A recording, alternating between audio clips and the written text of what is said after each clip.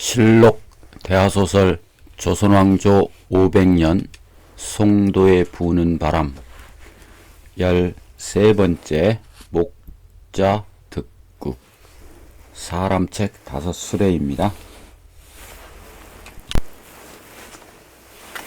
저놈이 고추장을 먹은 게로군. 퉁두라니 마닥을 내다보며 중얼거렸다. 곁에 있던 조용규가 마당으로 시선을 돌렸다. 장딱 2마리가 목터를 곤두세우며 싸우고 있었다. 날개를 펄떡이며 한 마리가 달려들면 주춤 뒤로 물러서는 듯 하던 다른 한 마리가 재빨리 반격을 시도하곤 했다. 격렬한 싸움이었다. 밀리는 쪽의 볕이 찢어진 듯했다. 장딱이야 고추장을 먹으면 이긴다지만 사람은 무얼 먹어야 싸움에 이기나? 퉁두라니 희죽이죽 웃으며 장난처럼 말했을 때 조용규에게는 그것이 장난 같은 소리로 들리지 않았다. 그래서 반문했다. 아무래도 잘못될 것 같습니까? 퉁두라는 대답하지 않았다. 대감마님 환저십니다. 퉁두란과 조용규는 재빨리 마당으로 내려섰다. 이성계의 자비가 당도했다. 이성계는 자비에서 내리며 뱉듯이 말했다. 영규는 갑옷을 손질해야겠다. 아니 출진하십니까? 조용규가 확인하려 들었을 때 이성계는 이미 신을 벗고 마루에 오르고 있었다. 조용규는 어처구니 없다는 태도를 취했고 퉁두라는 빠른 걸음으로 이성계를 따라 방으로 들어갔다. 강씨 부인이 뒤따라 들어왔다. 이성계는 허공 한 곳에 시선을 둔 채 움직이지 않았다. 갑옷을 손질한다면 출진이 아니외까 요동으로 말씀입니까? 퉁두란의 말투는 벌써부터 거칠어져 가고 있었다. 물러설 명분이 없어.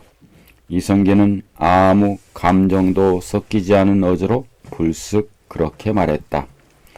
강씨 부인이 다급하게 물었다. 하오시면 조정 공론이 그렇게 정해지셨다는 말씀이신지요? 이성계는 조용히 머리를 가로저었다.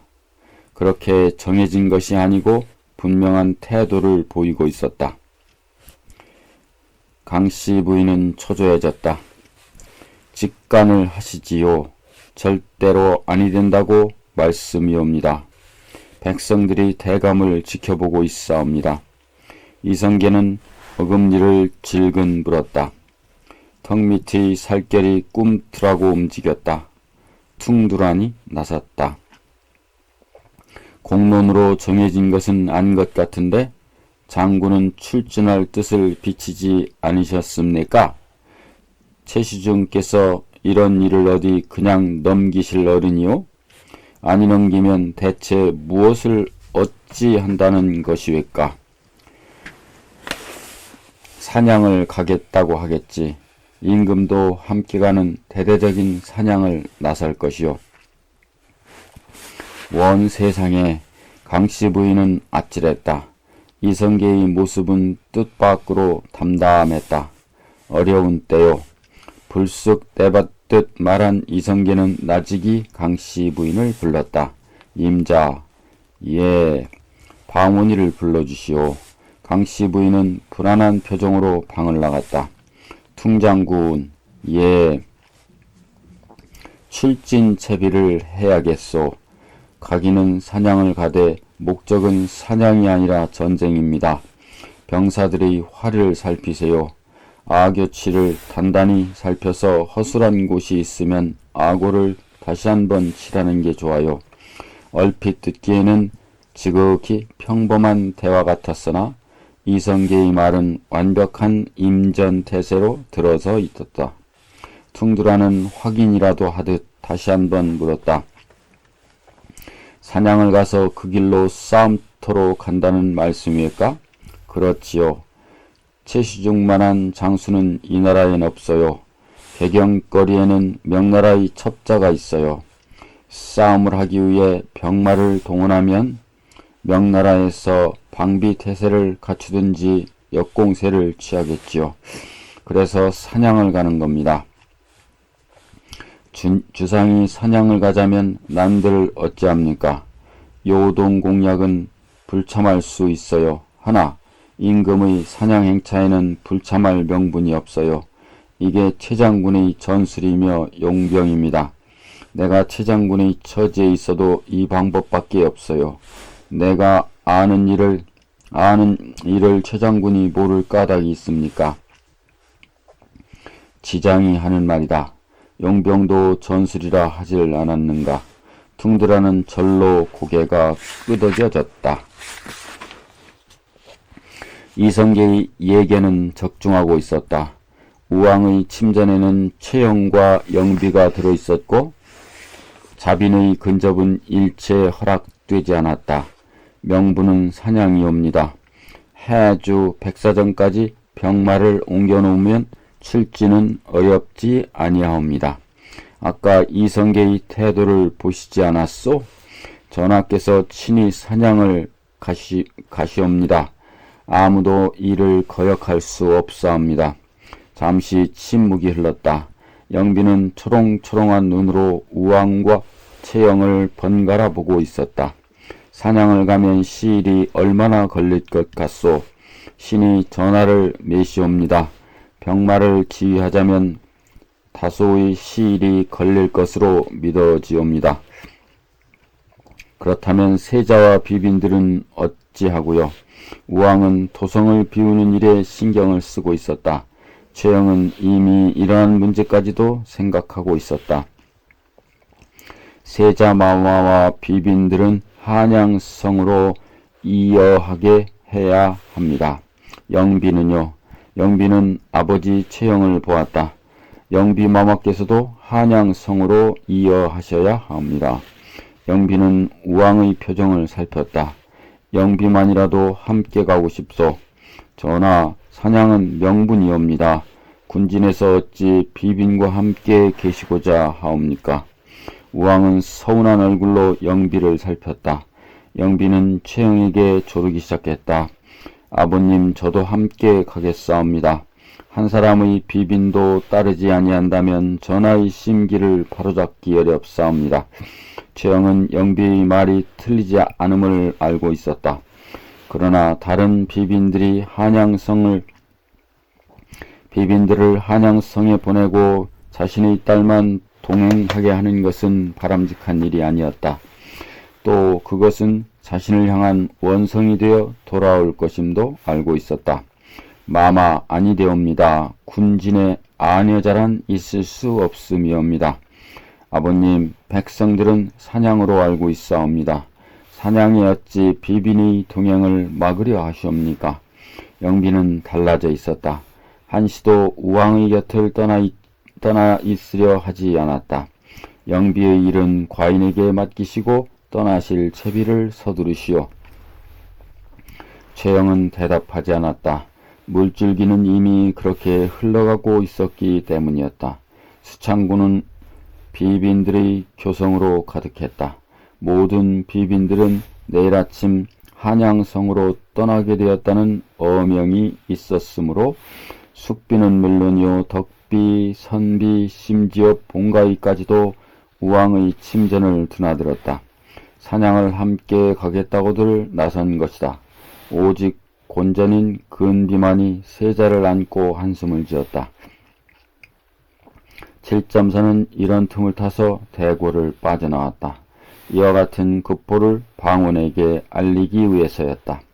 추동으로부터 전가를 받은 방원이 막 중문을 나서고 있을 때 7점선이 급하게 들어섰다. 큰일 났사옵니다. 7점선이 숨가쁜 소리로 말했다. 방원의 대답이 있기도 전에 7점선은 다시 말을 이었다. 저희는 내일 아침에 세자 마마를 메시고 한양성으로 가옵니다. 방원은 7점선의 손을 잡아 끌며 빠른 걸음으로 내당으로 들어섰다. 민씨 부인도 황급히 뒤를 따랐다. 어디라더냐 사냥터가. 해주 백사정이라 하옵니다.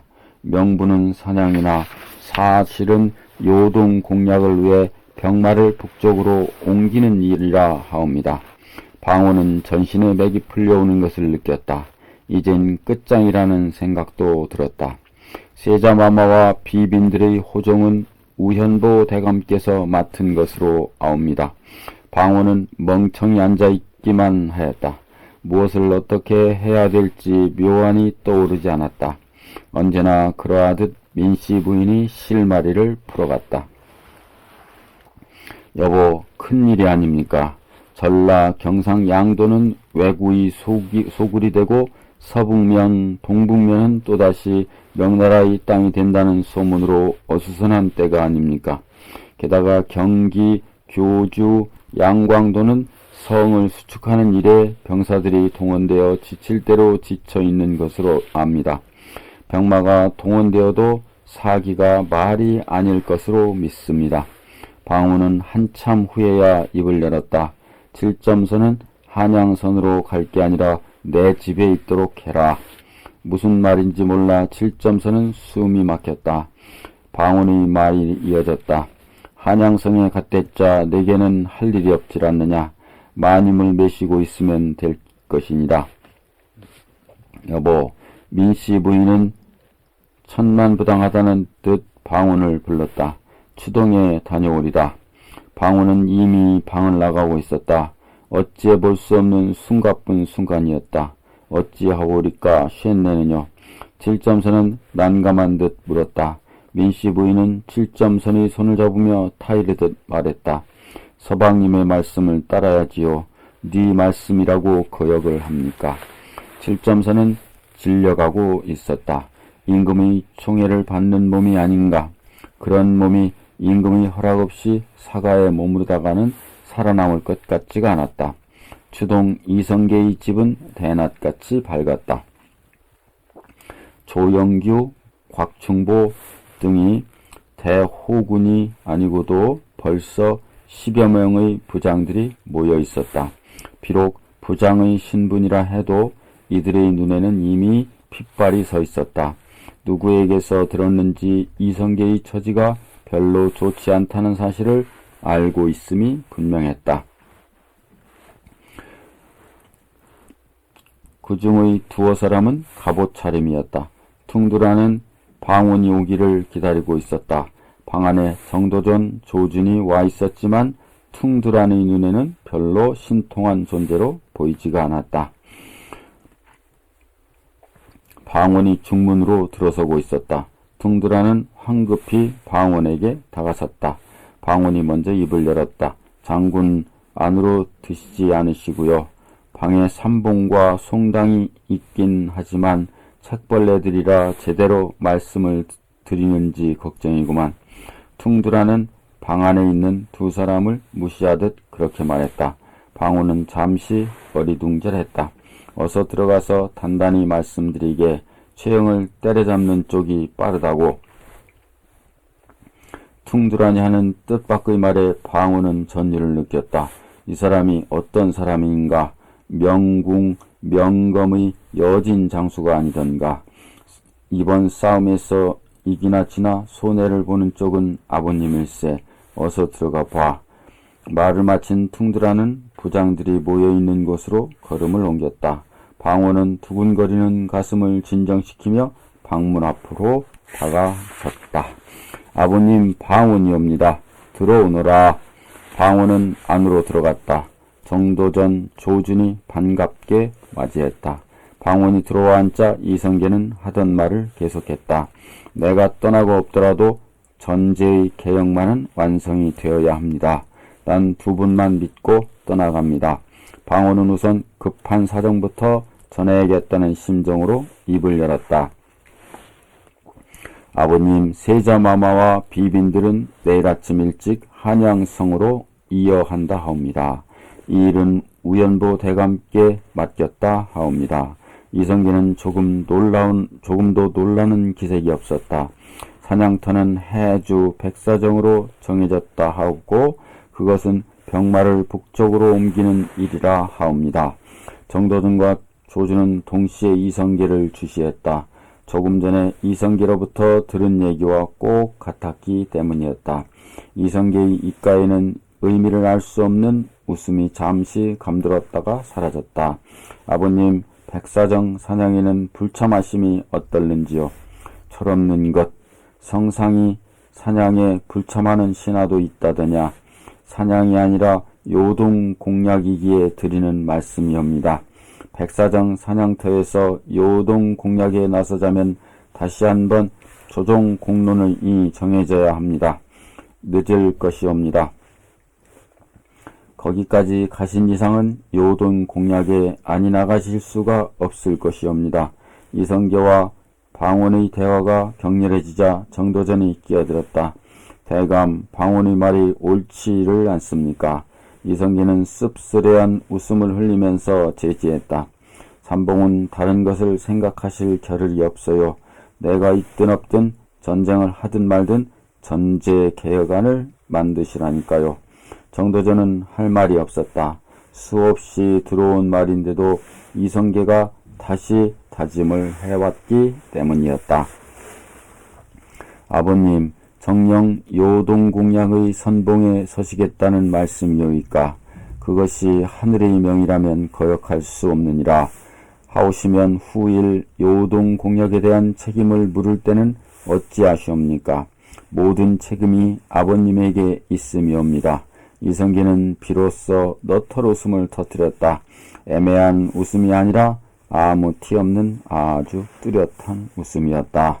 허허허, 30여 년을 군진에서 살아온 애비가 아니더냐. 내가 걱정하는 일을 살피지 않았을 까닭이 있느냐. 애비 일은 걱정하지 말고 내 소임을 다해야 할 것이야. 방우는 생각했다. 자신에게 주어진 소임이란 대체 무엇을 말하는가. 책을 부지런히 읽는 일이라고 늘 이성계는 말했지만 오늘의 소임은 그것이 아닌 것만 같았다. 내가 떠나고 난 다음 어머님과 아이들을 칠원 농장으로 가 있게 해라. 칠현은 포천에 있었다. 추동에 있는 가족들을 칠현으로 옮긴다. 그렇다면 개경에 위험이 따른다는 말인가. 방원으로서는 이성계의 의중을 헤아릴 길이 없었다. 어디선가 첫 닭이 울었다. 새벽이 열려오고 있었다. 좌중은 아무 말 없이 앉아 있었다. 장군, 갑옷, 대령하오리까? 영규의 목소리였다. 이성계는 자리에서 일어섰다. 정도전과 조주는 뒷걸음질하듯 방을 나갔다. 강씨 부인이 들어섰다. 뒤에 갑옷을 두 손으로 받쳐든 조윤교가 따랐다. 이성계는 강씨 부인의 시중을 받으면서 갑옷을 입었다. 강씨 부인의 손길은 치밀하고 따뜻했다. 이성계는 몸을 맡긴 채 잠자코 서 있었다. 강씨 부인은 몸놀림을 계속 이어가면서 속삭였다. 곧 장마철이 옵니다. 비야 내게만 오는 것이 아닐 테지. 무심한 대답이었지만 장마철의 대비는 이미 끝내놓고 있었다. 장마들의 활에 아교치를 단단히 하라고 일러둔 것은 그 때문이었다. 갑옷을 입은 이성계의 모습은 딴 사람이었다. 아니 본래의 모습을 다시 찾은 듯 했다. 진지상은 어찌하오리까? 오늘은 생각이 없구만. 이성계는 장검을 들었다. 방을 나갔다. 마당은 열기를 뿜고 있었다. 연기가 펄럭이고 있었다. 호위를 맡은 50여 명의 병사들이 창검을 든 채 장수가 나오기를 기다리고 있었다. 갑옷으로 갈아입은 퉁드란의 모습도 당당했다. 방번은 방원의 손을 잡고 서 있었다. 방석은 품에 안겨 있었다. 이성계는 마당으로 내려서면서 방원에게 다가섰다. 방석을 받아 안았다. 방석아, 어머님 말씀 잘 들어야 한다 알겠느냐? 예. 방석은 또렷하게 대답했다. 이성계는 방번까지 안아들었다. 내 놈도. 방번은 대답 대신 고개만 끄덕였다. 이런 녀석이를 봤나? 나 어린 동생도 또렷이 대답하거늘 어머님 말씀을 명심하랬다. 예. 방번은 그제서야 대답했다. 이성계는 두 아들을 내려놓고 병사 쪽으로 옮겨갔다. 퉁두란 조영규가 이성계에게로 다가와 허리를 굽혔다. 이성계는 뭔가 지시하는 듯했다. 방호는 그러한 아버지의 모습을 지켜보고 서 있었다. 3월도 중순을 넘어 금음으로 다가섰다. 취타 소리가 요란했고 기치 차한검이 온통 하늘을 찔렀다. 개경거리는 인파로 뒤덮였다. 임금의 사냥 행렬을 보기 위해 남녀노소가 몰려나왔기 때문이다. 최영은 우왕으로부터 하사받은 은한 백마 위에 높이 앉아 있었다. 70 노장군의 하얀 수염이 바람에 날렸다. 최영의 뒤로 우왕이 탄 연이 따랐고 그 뒤로 영비의 가마가 움직이고 있었다. 우왕을 호위한 병사들과 그 뒤를 잇는 보병들의 행렬은 끝이 없었다.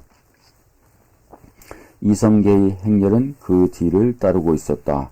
퉁두란, 조영규, 곽충보 등도 말을 타고 있었다. 김화병의 행렬은 장엄했고 그 수만도 수백을 헤아렸다. 앞에 간 행렬보다 김화병의 행렬이 더 보기 좋고 늠름했다. 숙보는 어깨를 으쓱했다. 자신도 이성계의 편이라는 소박한 소속감으로 가슴이 들떠 있었다. 형님, 얘기가 안 됩니다. 우리 이장군님의 병마가 이겁니까? 꽉 찐 주먹 위로 엄지손가락이 솟아올라 있었다. 얼굴엔 회색이 만면했다. 행렬이 멀어지자 방언이 말했다. 오늘은 이삿짐 좀 날라야겠다. 형님이 이사하시게요? 따라오느라. 숙번과 천목은 방언을 따라 추동으로 갔다. 잠시 뒤에 거신과 인해까지 합세했다. 이삿짐을 싸는 일은 잠깐이었다. 짐이 많지 않았기 때문이기도 했다. 방호는 강씨 부인을 철현 농장에 매셔놓고 제벽동으로 갔다. 오늘 있었던 일을 어머니에게 전해드리고 싶은 지극한 효성이었다. 한씨 부인은 방언을 반갑게 맞이했다. 추동 어머님을 칠현 농장에 모셔놓고 오는 길이옵니다. 한씨 부인은 주춤 놀라는 듯한 기색이었다. 방호는 근간에 있었던 개경거리에서의 일을 소상히 말씀드렸다.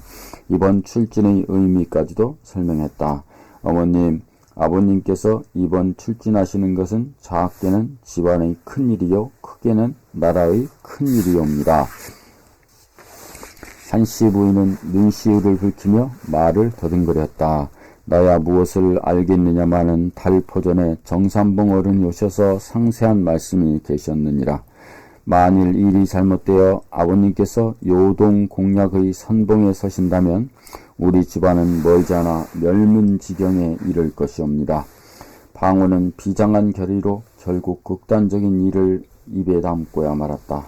그런 말씀을 아버님께도 세세히 드리지 그랬느냐. 불안에 떠는 얼굴로 한씨 부인이 반문했다. 드리긴 했습니다만 이젠 형님도 아버님의 일을 도우셔야 되는데 정말 큰일입니다. 방원이 이 말을 내뱉었을 때 공교롭게도 방우가 들어섰다. 그는 문 밖에서 두 사람의 얘기를 엿들은 눈치였다. 방우는 방원을 쏘아보며 대뜸 말했다. 너만 자식이 아니냐. 방원은 잠자코 방우의 다음 말을 기다렸다. 너와 나는 아니 방과 방의까지 집안의 번영을 위해 명문의 집안으로 팔려가지 않았느냐. 방우는 사태가 심각한 이 판국에 자꾸만 엉뚱한 소리를 하고 있었다. 방우는 속에서 우라가 치밀어 올랐으나 꾹 눌러 참았다. 형님, 도리 없는 일입니다. 팔려가면 어떻습니까? 모두가 집안을 일으키는 일이 아니옵니까? 방우는 대들듯 말했다. 생각 같아서는 잿물이라도 품마시고 싶은 심정이다마는 형님, 이번 일은 아버님과 최시중 대감이 싸우는 일입니다. 기왕에 이렇게 된 바에는 이겨야 되지를 않습니까? 방훈이 이 말에 방우는 발끈했다. 그러나 방우는 틈을 주지 않고 이 일의 중요성에 대해 역설해 나갔다. 아버님이 이겨야 나라꼴이 되며 나라의 기강이 바로잡혀야 이씨 집안이 이 나라의 제일 권문세도로서 군림하게 된다고 힘을 주었다. 이제 형님도 나서야 할 때가 됐어요. 방우는 마지막으로 그렇게 말하고 방우의 기색을 살폈다. 방우는 입을 다물고 있었으나 무엇인가 가슴에 와 부딪히는 것이 있었을까. 착잡한 감정의 흐름이 얼굴 가득히 번지고 있었다. 그것을 재빨리 간파한 한씨 부인이 마지막 쐐기를 박았다. 방우야, 아버님의 힘이 되어 드리자꾸나. 따뜻한 한씨 부인의 말에 방우는 꿈에서 깨어난 듯 눈으로 어머니를 바라보았다. 미묘한 감정의 흐름이 역력히 나타났다. 어머님은 어떻게 하시고요? 역시 방우는 어머니 한씨 부인 말을 걱정하고 있었다. 그런 방우의 마음을 모를 리 없는 한씨 부인이었다. 아버님 잘 되시는 일이라면 참아야지. 남들도 아버님을 돕는데 지엄인 내가 아니냐. 어머님의 뜻이 그러시다면 저 또는 어머님의 뜻을 받도리다. 방우의 입에서는 이 말이 떨어지자 방우는 덥석 그의 손을 움켜잡았다. 고맙습니다, 형님. 전 100만 원군을 얻은 것만큼 기쁘옵니다. 방우의 눈에는 처음으로 이슬이 맺혔다. 한씨 부인도 돌아서서 옷구름으로 눈두덩을 살며시 눌렀다. 밤이 되었다. 뜻밖의 방과와 방의가 왔다. 형제들은 오랜만에 저녁상에 둘러앉았다. 술잔도 돌아왔다. 방우는 큰형 방우의 잔에 순을 따르면서 흘러내리는 눈물을 주체할 길이 없었다. 두 사람은 마치 상극처럼 갈등을 겪고 오지 않았던가. 한씨 부인은 흐뭇했다. 저리고 시린 세월을 보내온 한씨 부인이었지만 오늘 밤은 형제간의 우애만으로 마음이 밝고 따뜻했다. 재벽동 농장의 밤은 그렇게 깊어가고 있었다. 방우는 어머니 곁에 잠자리를 폈다. 우왕의 행렬이 개경을 떠나간 지도 사흘이 지났다. 3월 금음이었다. 개경거리에는 진원을 알 수 없는 소문이 나돌고 있었다. 방우는 먹을 갈고 화선지를 폈다.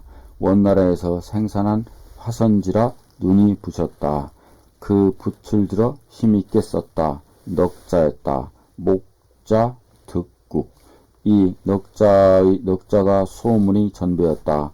목자와 자자를 합치면 이자가 된다. 그렇다면 목자, 득국이란 말은 이씨가 나라를 얻는다는 말이 아닌가. 아버지 이성계를 지칭하는 말이라고 믿었다. 민씨 부인이 타과상을 들고 사랑으로 들어서자 이 넉자를 보고 돌처럼 굳어졌다. 허허허, 아니 당신 왜 그러고 섰소? 민씨 부인은 태어난 방원의 모습을 보고서야 타과상을 내려놓았다. 그러면서도 시선은 넉자의 글씨에 못 박힌 채 움직이지 않았다. 한참 만에 얼굴을 돌리며 입을 열었다. 무엇에 쓰시려고요? 마음이 흔들리고 있음인지 목소리가 떨리고 있었다. 한간에 놔두는 소문을 적어본 거요. 방원은 태연히 그렇게 말했다. 소문이라고요? 허허허, 이 무슨 길조야. 이 글귀를 수백 장 써서 거리거리에 내다 붙이고 싶은 심정이요. 민씨 부인은 큰일 났구나 싶었다. 잘못하면 삼족이 멸할 대역 부도가 되기 십정팔구가 아닌가. 그래서 다짐하듯 다시 물었다. 소문이 아니라 당신의 심중이 아니십니까? 글쎄, 허허허, 내 가슴 속을 맴돌다가 튀어나온 소리 같기도 하고, 하늘에서 내려온 말 같기도 하고, 누군가는 분명히 전해준 말 같기도 하고, 나도 진원을 찾고 있었던 참이었어요. 하나 분명한 것은 한간에 나돌고 있다는 점이요. 듣는 사람에 따라 무척 애매할 수밖에 없는 이 말을 방원은 했다. 민씨 부인의 큰 죄를 지은 사람처럼 몸을 움츠리면서도 방원의 얼굴과 글씨를 번갈아 보았다. 어떻소? 비록 명필은 아니나 글씨에 힘이 넘치질 않소? 민씨 부인은 아무 말 없이 타과상을 방원의 앞쪽으로 밀어놓았다. 방울은 수정과를 마신 다음 정색을 했다. 아이들 와 있습니까? 작은 사랑에 있어요. 거기엔 주안상을 냈어요. 미심쩍으면 그 아이들에게 물어보시구려. 민씨 부인은 자리를 떴다. 마루로 나서자 민씨 부인의 몸은 사시나무 떨듯 했다. 잠시 벽에 몸을 기대야 할 만큼 흔들리고 있었다. 현기증 때문인가. 잠시 하늘도 휘청하니 흔들리는 것 같았다. 아버님을 보위에 민씨 부인은 고개를 저었다. 정신을 가다듬었다. 조심조심 발걸음을 작은 사랑으로 옮겼다. 갯돌 앞에 이르자 방 안에서는 왁자한 웃음소리가 터져나왔다. 때마침 의주댁이 새 술병에 놓인 수호반을 들고 다가왔다. 이리 주게. 민씨 부인은 술병을 받아들고 방으로 들어갔다. 소란했던 분위기는 가라앉기 시작했다. 허허허 형수님 고맙습니다요. 별소리를 다 하네. 잔들 비우게나 내가 따를 테니까. 아, 예, 이거 송구스러워서. 숙번은 두 손으로 차를 들었다. 민씨 부인은 술을 따르면서 이들의 면면을 살펴가고 있었다. 숙번도 그랬고 천목도 그랬다. 얼굴엔 치기가 올라 있어도 숨기고 있는 것은 없음이 분명했다. 거신도 인애도 매양 즐겁기만 한 얼굴이었다. 그렇다면 목자 득국이란 넉자는 분명히 방원이 만들어낸 것이 아닌가. 사실이라면 지극히 위험한 일이었다. 아닌 것도 같았다. 방원의 말에 비록 애매했다 해도 마지막 대목은 분명하지 않았는가. 허나 분명한 것은 한간에 나돌고 있는 소문이라는 점이요. 민씨 부인은 조심스럽게 물었다. 도성 안에 이상한 소문이 돈다면서 들은 바가 있는가? 소문이라니요? 무슨 말씀입니까? 민씨 부인은 진지한 표정으로 그들을 둘러보고 있었다. 천목이 훌쩍 잔을 비우고 반문했다. 무슨 소문 말씀입니까요? 이런 답답한 사람들을 보았나. 내 당에 있는 내 귀에까지 들려오는 소문을 자네들을 모르다니. 이쯤 되면 듣는 쪽이 답답해지기 마련이다. 민씨 부인은 이들의 궁금증을 마냥 부풀게 해놓고 나서야 소문의 내용을 말했다. 목자 득국이란 말이 돌고 있다고 들었는데 들은 바가 있는가? 숙번은 눈을 둥그렇게 뜨고 좌중을 둘러보다가 거신에게 물었다. 목자 득국? 목자 득국? 야, 거신아 들었냐? 목자 득국? 처음 듣는 소리인데요. 이내가 들고 있던 술잔을 놓으면서 숙번에게 물었다. 형님, 무슨 말입니까요? 목자 득국이 무슨 뜻이냐고요? 숙번은 할 말이 없다는 듯 민씨 부인을 바라보았다. 민씨 부인은 명료하게 대답했다. 이씨 성을 가진 사람이 나라를 세운다는 뜻이네. 다행인지 불행인지 숙번을 비롯한 사나이들은 그 이씨가 누굴 뜻하는지 전혀 눈치채지 못하고 있었다. 바우만이 심상치 않은 안색을 보였을 따름이었다.